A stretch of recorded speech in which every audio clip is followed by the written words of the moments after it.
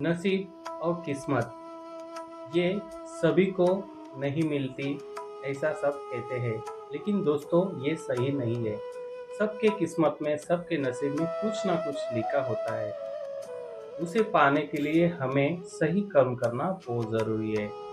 आप सबका स्वागत है WRL TV वन हो। मैं हूँ राहुल। तो दोस्तों आज मैं लेके आया हूँ एक ऐसी कहानी जो आपको बताएगी कि नसीब में अगर कुछ चीज़ें है तो हमें सही कर्म करना कितना ज़रूरी है। वो भी आंखें खुली रखकर, सोच समझ कर, जो कुछ भी हम कर रहे हैं उसके बारे में हमें पता होना बहुत ज़रूरी है। तो चलो इसे शुरू करते हैं। बहुत समय की पहले की बात है। एक लकड़हारा और उसकी पत्नी जंगल में जाके लकड़ियां तोड़ के अपना गुजारा करते थे। रास्ते में आते आते उन्हें भगवान शिव का मंदिर दिखता और वहां पे प्रणाम करते और अपने काम में लग जाते। तो इसी तरह से दिन बीतते गए। तो एक दिन माँ पार्वती ने शंकर भगवान से कहा कि प्रभु, ये तो आपके बहुत प्यारे भक्त हैं, गरीब है, ईमानदार है, मेहनती है, क्या इनके किस्मत में कुछ नहीं? तो भगवान शिव बोलते हैं, देखो ठीक है, तो चलो इनकी परीक्षा लेते हैं।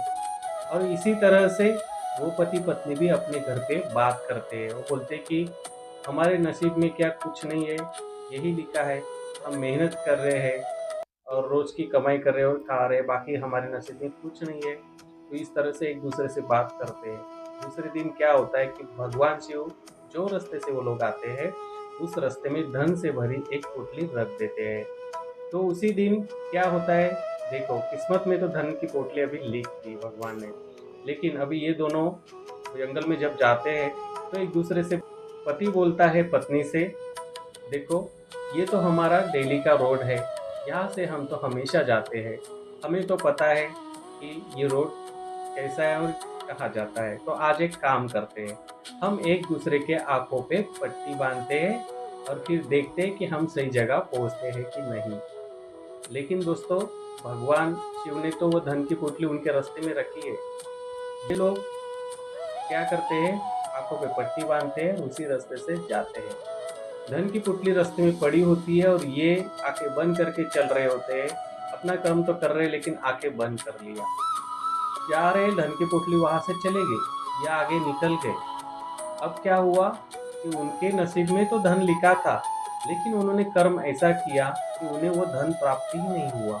तो दोस्तों क्या होता है कि अगर हमारे नसीब में कुछ अपॉर्चुनिटीज लिखी है, कुछ किस्मत में है, तो दोस्तों हमें कुछ कदम आगे बढ़ के कुछ करना पड़ेगा और ऐसे कर्म करना पड़ेगा